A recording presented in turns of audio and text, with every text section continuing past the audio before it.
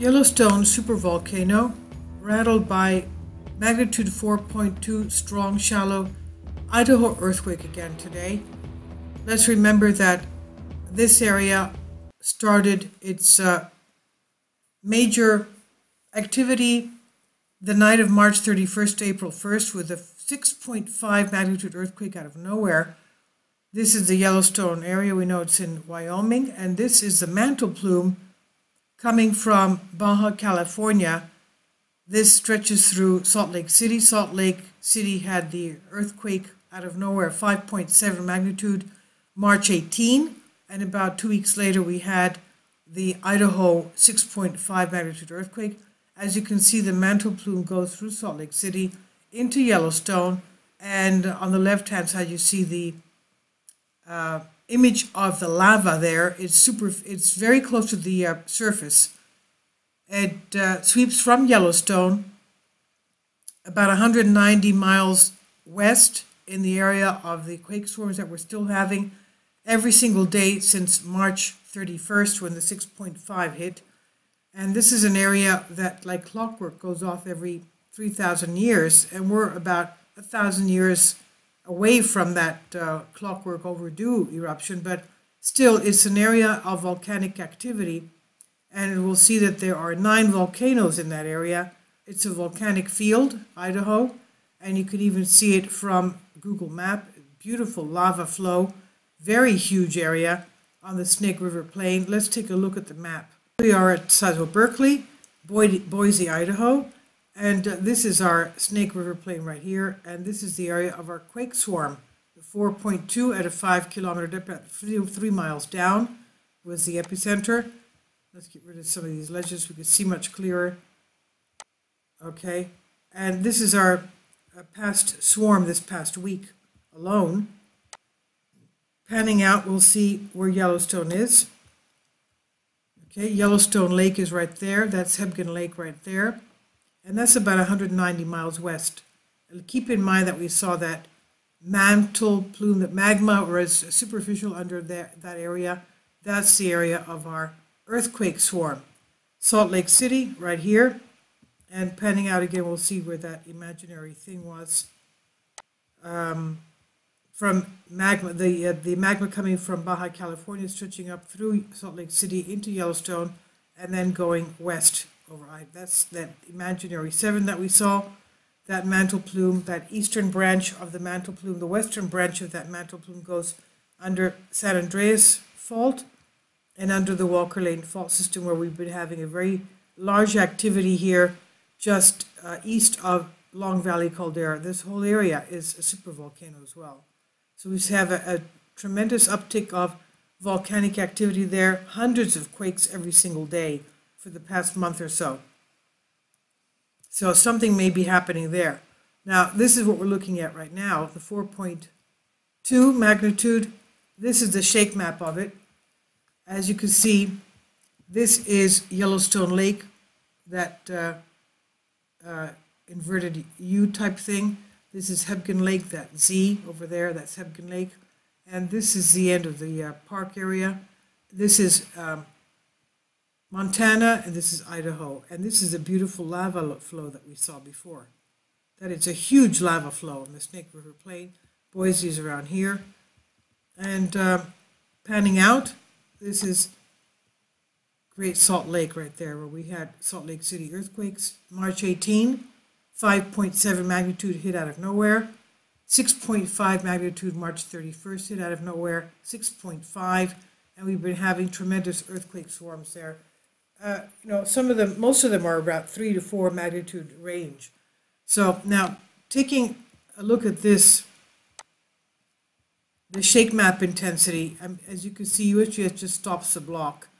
Unfortunately, if it did continue the block, obviously the shaking intensity would have taken in Yellowstone, because you can see how intense this is here. Okay, obviously, and there's nobody living out there. If you look at the population density, there's hardly anybody living out there. There are people that reported feeling this. 103 people reported feeling this, There must have been the people living around here, obviously, because there's nobody living in this area. So taking away the population density, this is what we're talking about. So I believe that this area here, from here to here, is about 190 miles. So again, Yellowstone is shaking from this. We have been told by the Yellowstone Volcano Observatory, the geologist in charge, Michael Poland, has told us that the effects that these earthquakes may be having on Yellowstone would have an effect not on the lava, not on the magma systems, on the magma chambers, but mostly on the plumbing. If there were any effects, it would have to do with the plumbing, that is the geysers, the fissures, the mud pots, the fumaroles, the steam vents, and the geysers, the geyser eruptions, the plumbing. Some geysers may be more frequent or less. Some fumaroles may be more, or mud pots more frequent or less.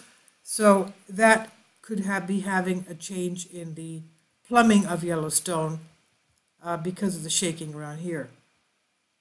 And now going back to the volcanoes of Idaho, on volcano discovery, we see that we have 9 volcanoes here. Let's pan out a little bit. This is Yellowstone Lake right there. That's Salt Lake right there. Salt Lake, Utah has another 8 volcanoes just south of Salt Lake. So 9 volcanoes here, 8 volcanoes here. Nevada has another, 10 volcanoes around here. We saw that from our Long Valley Caldera map that we saw. The Nevada has 9. So this whole area here are volcanic fields. All of this. And this is the magma, this is the Baja California magma coming, the mantle plume coming this way, and then this way. And that's the eastern branch of it, and the western branch, of course, going under San Andreas and Walker Lake Fault System. So this is the area of our activity here. Shoshone Volcano, 1 out of 5, normal or dormant, 1 out of 5, 1 out of 5. These are probably extinct, but that does not mean that they can't come back to life. This is what happened to a Russia volcano in the Kamchatka Peninsula. They thought one volcano was extinct. They didn't even have it on their volcano listings. And then out of nowhere, they found that it was filled to the brim with soft magma, and it was about to erupt, and they had to evacuate that whole area. So just because they're extinct doesn't mean that they can't, with some way, be filled up again. As people say, volcanoes do whatever they want.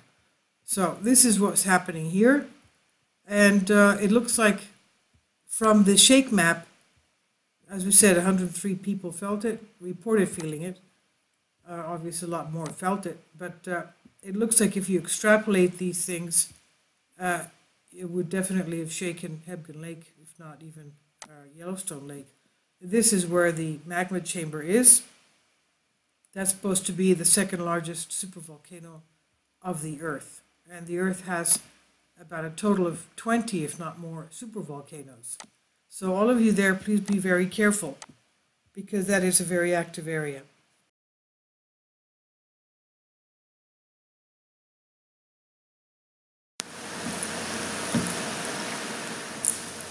If you'd like to join me on my Patreon account, you will hear content not covered by mainstream media.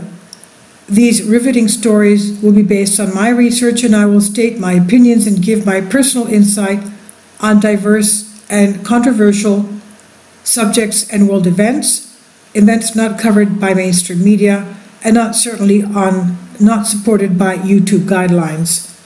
So whatever I have on my Patreon, most of those will not be on my YouTube channel.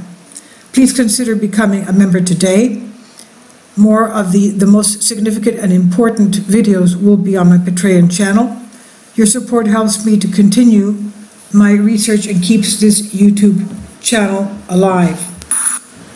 And we depend on your support, your generous charity, because we help economically challenged families here in Athens, Greece, in Kapota, and we also help the young generation with university tuition and the community around our church. Thank you.